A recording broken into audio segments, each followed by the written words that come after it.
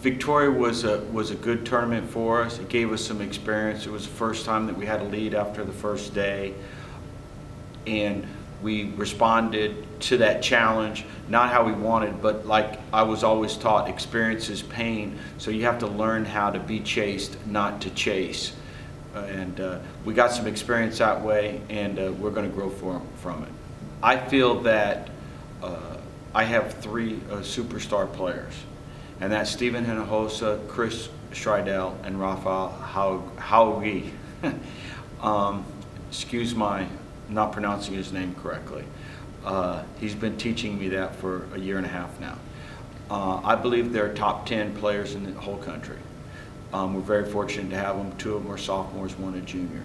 We do have an issue with who's going to step up and be the 4th and 5th man, and we're working on that now. Stephen had an unbelievable practice session before we went to Victoria, and I was very confident that he was going to do well.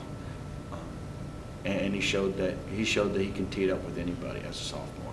The week before the tournament, we had a qualifier, and Stephen shot a 64 at Almas Basin when we had a qualifier. That's an unbelievable score. What he showed is he plays smart. He keeps his emotions in check. He keeps his he plays his game. He plays smart golf, and he worked really hard on his putting and his wedge game. And thus it came through for him in Victoria. I just want us to play as best as we can play and learn. Whether you win or lose, if you learn something, it was a positive tournament. We're going to go up there and play some of the best teams in the Midwest and probably some elements that we're not used to, which is the cold and the wind. And then we have to turn around and play in Doral in shorts. So it's going to be quite a temperature change. Getting ready for both tournaments is a little bit stressful for all the players, and we'll see how we react to both the extreme travel and then the extreme differences in the weather. And then in between, we don't have a time off because we have the Saints Classic on that Wednesday. So they're going to be like tour players for that 2-week period, and we'll see how they how they react. But they're excited to go to Wisconsin, and we're playing where the site of the PGA Championship was this past year.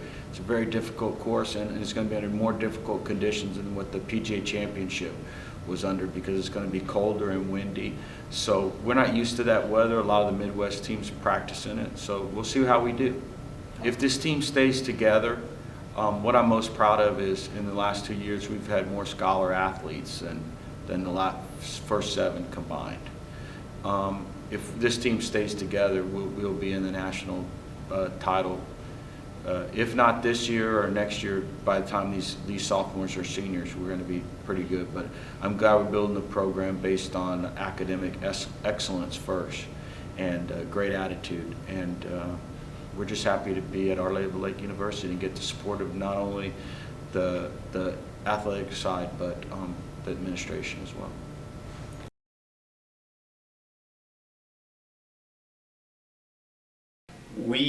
We had such a good week of practices that realistically it wasn't going to matter who we played. If it was USW, if it was Texas College, if it was any other team in our conference, I really think that we would have come out, and maybe the scores wouldn't have been the exact same, but I think the result would have been fairly close to it. We had such a good week of just focusing on the little things, practices, that it translated into Saturday, and our effort was great, our focus was great. Everything we did seemed to work, and we never let them breathe. And it was just a good example of how you should play at home in conference matches and step on the other team early and not let them get going. We did a great job of that. I think we understand now that we can't show up and expect an easy win. I think we had that a little bit towards the end of the first half, where if we show up and, okay, we're favored to win, and things happen when you do that. And St. Thomas honestly probably should have beat us. They had multiple opportunities to take us down, and I think now we learned from that. We learned from Trinity losing to them that, okay, we cannot take anything for granted. We showed that on Saturday, and I think we continued that this morning in practice, and hopefully we can take that into this week. We've got 3 tough matches this week, 3 road matches, so it's a great chance for us to show that we're going to be a good road team. Because on the road, you have to focus every single point. There's no giving a run of easy things and hoping you come back from that. And I think we showed that in practice last week that we're ready for that. And I think our mindset is going to continue into that this week, that nothing's for granted. We have to earn everything and results will happen. I think with the way the Trinity beat us, they thoroughly dominated every phase of the game. They completely took us out of what they did and they deserved to win. And I think our girls realized that we got beat. We didn't lose a match, we got beat. And I think that gives them some fire a little bit to come back and play. And Coach Lance and I have been looking at some film, and we know some things that we can adjust that they just took advantage of. And I think it's going to be a little bit better game from our end this time. And I think if they play like we did and we play like we can, I think it's going to be a really good match on Thursday. It's confirmation of what they're doing is right, and they deserve to be recognized for it. Jay is just doing herself. She came in and she's setting and she's listening and she's finding the right hitters, and as a result, she gets rewarded for it. Alicia did Alicia things. She's serving tougher. She's staying it all the way around. We know other teams are game planning for her, and so she has responded to that very well. And then Steph is just being a libero. She's digging balls. She's talking. She's serving what we want her to do, and it's just confirmation to them that they're doing the right things.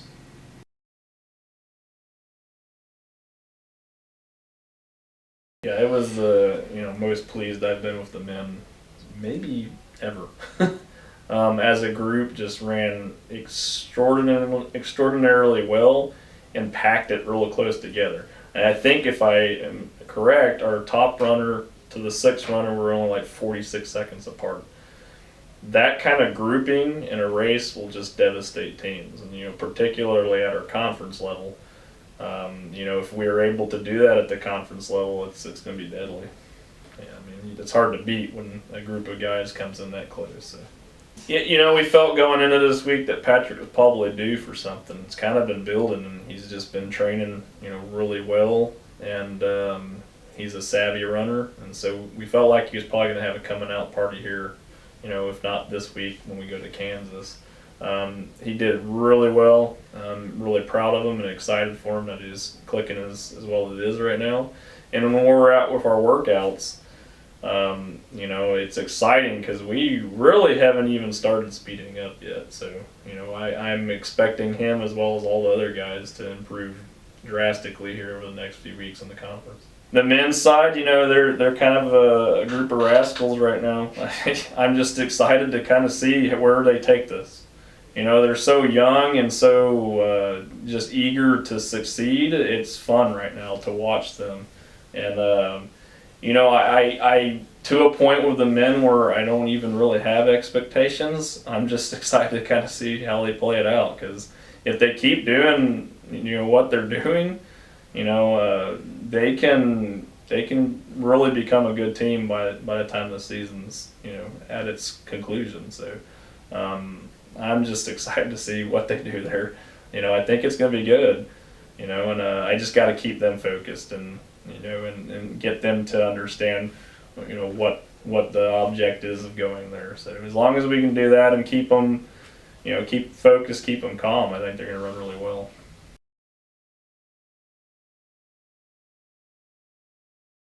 It's kind of scary good about the women is we didn't even really run all that well as a group. We have still yet to put together a race with the women where all of our women run well.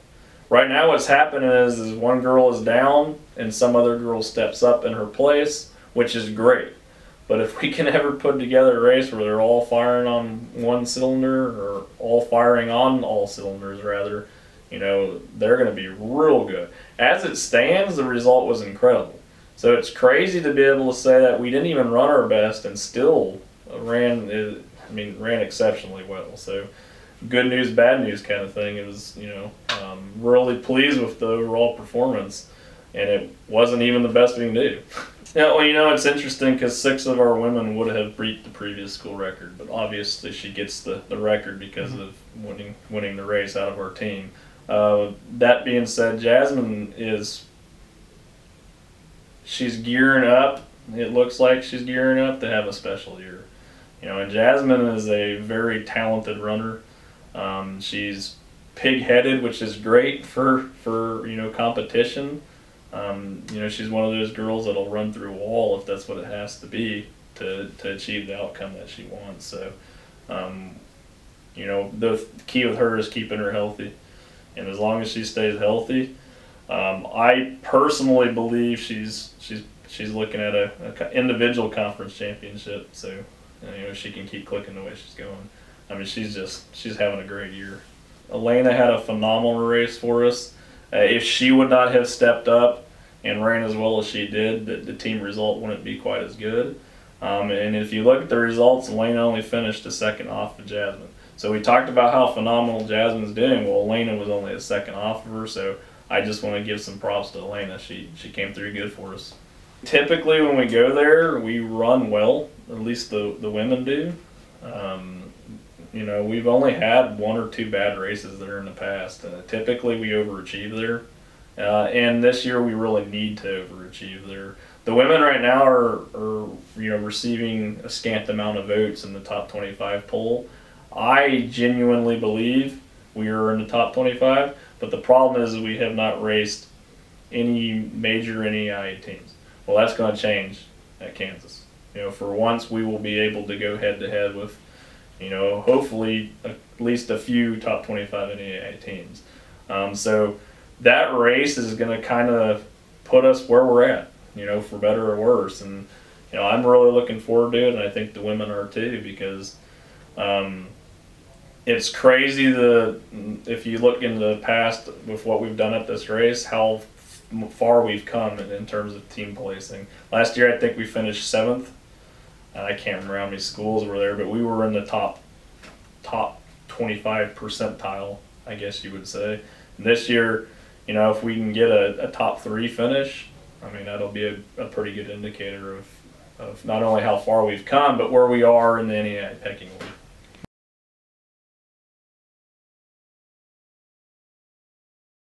I thought it was a pretty good performance overall. You know, it's hard when you play competition like those two to keep both mentally and physically in tune. And I thought from top to bottom, I thought we did a good job of staying focused and working toward getting the result that we were hoping to get. We'll approach the game just like we do every other game. We'll focus on what we need to do to be successful.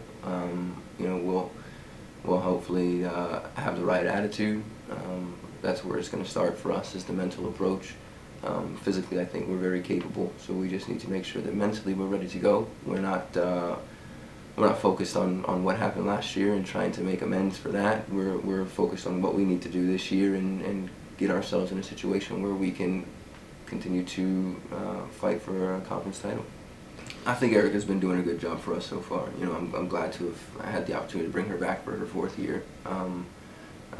You know, so she certainly just brings kind of a calm composure to the back line. Technically, she's very good. She reads the game well. You know, she's not terribly talkative in that sense, but she does a very good job in leading by example. Her work rate is good. Her attitude is good. Her understanding of the game is good, and she brings a lot of stability to the back line for us. So, you know, so for her to be nominated for Player of the Week, I thought was very deserving, especially when you factor in the fact that she had 2 goals over the last, you know, in one of the games. She's done some good things for us this year, and I'm looking forward to see what she can do in the future.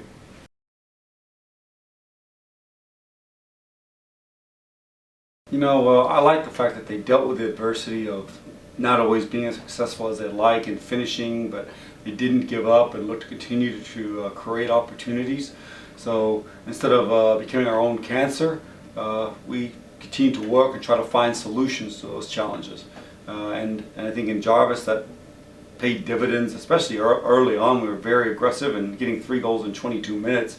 And producing a good number of opportunities to get those 3 goals, I think was key.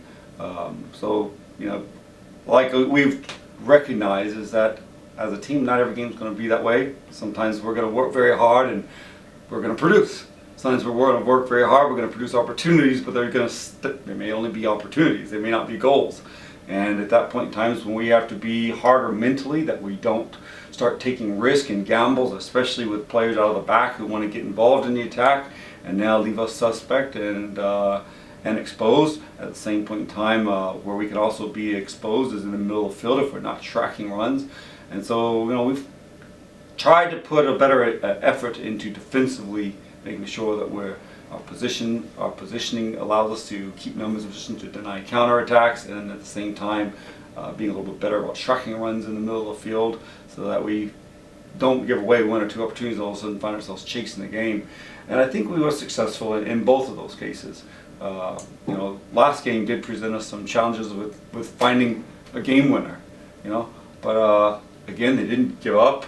I think another positive was we brought in some players who off the bench, and they came in and added positively to the play, and ended up, to me, that made a difference in the overtime period and helped us get a win out of it. HT is always a tough game, regardless of how they're doing and how they did against other opponents. They've always played us close. I would expect nothing less than that. With another tight game, it's going to be on their field. They're in a situation where they really need to get a win out of it and to try to get back into the mix of things. And we're at the same point, I think. Even though you can say we're in a better situation, but if we want to try to win the conference, which we do, we need to win out, and we can't let any one game cause us a stumble. And again, I don't think our expectations should be nothing but going out and winning this game and trying to win every game from here on out and taking the conference.